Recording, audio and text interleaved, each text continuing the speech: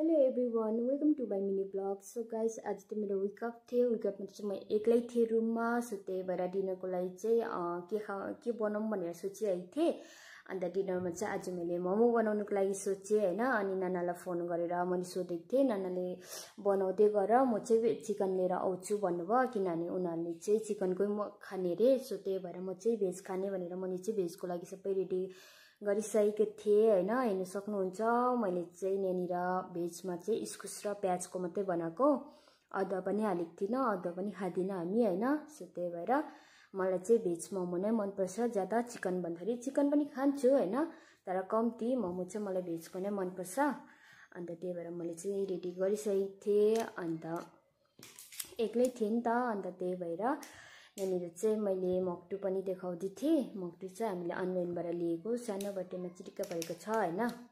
अन्त म चाहिँ अब रेडी गर्नुपर्ने हुन्छ। अन्त म चाहिँ यहाँनिर मोमोको लागि मोमो बनाउनुको लागि चाहिँ छिटो बनाउँदै थिएँ, किनभने अब दिदी र भेना चाहिँ ड्युटी जानु भएको थियो, अलिक लेट हुन्छ भन्यो। अनि त्यही भएर चाहिँ उनीहरू आइपुग्नुभन्दा अगाडि नै म चाहिँ सबै रेडी गरिसक्छु भनेर चाहिँ मैले बनाउँदै थिएँ, किनभने चिकनको पनि बनाउनु थियो नि त। सो त्यही भएर त्यस्तो ज्यादा त बनाएको थिएन, कम्ती नै बनाएको थिएँ होइन। त्यही भएर एक्लै छिटो नै भयो। अन्त म चाहिँ फटाफट बनाउनुपट्टि लागेँ हो। अन्त यो चाहिँ फर्स्ट सेट हो, यो चाहिँ मैले बनाइ पनि सकेँ छिटो गरेर। अन्त अब यसले चाहिँ स्टिम दिनुपर्ने हुन्छ। अनि सेकेन्ड मोमो पनि मैले रेडी गरेँ होइन। मलाई चाहिँ एक्लै बोल्दा बनाइरहेको थिएँ, मैले चाहिँ अल्छी लागिरहेको थियो होइन। त्यही भएर मैले चाहिँ यहाँनिर अर्को सेट पनि हालिसकेँ। अन्त यसमा चाहिँ 2 सेट हुन्छ। पहिला सेट त मैले निकालिसकेको थिएँ। अन्त नाना पनि आएर यहाँनिर अचारको लागि रेडी गरिदिनु हुँदै थियो। मैले चाहिँ 3 टाइपको मोमो बनाएको थिएँ, डिफ्रेन्ट टाइपको होइन। यो त्यस्तो खासै राम्रो त हुँदैन, र पनि ट्राई गर्दै थिएँ राम्रो बनाउने।